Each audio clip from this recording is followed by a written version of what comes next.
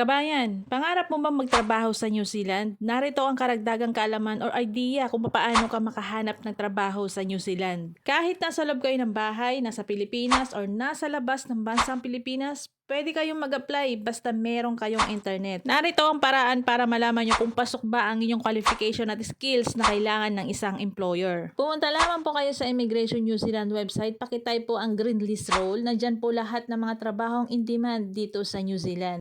Kung sa tingin mo is kwalipikado ka or pasok ang inyong qualification sa mga trabahong in demand dito sa New Zealand, pwede ka na pong mag-apply online. Para naman po sa mga gustong magtrabaho bilang dairy farm, visit nyo lamang po ang website ng ncfarmsource.co.nz.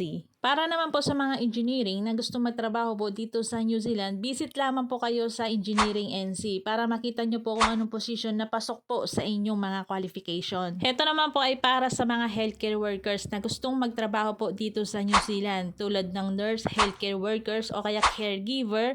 Visit lamang po kayo sa website ng metlifecare.co.nz. Sa website na yan, marami kayong makikitang job opportunities lalong-lalo na sa mga nurses basta related sa mga healthcare workers. Narito pa po ang karagdagang website kung paano makahanap ng trabaho dito sa New Zealand. Visit nyo lamang po ang website ng seek.co.nz. Ang website na ito ay napaka-common na po kaya mag-ingat po kayo sa mga scammer.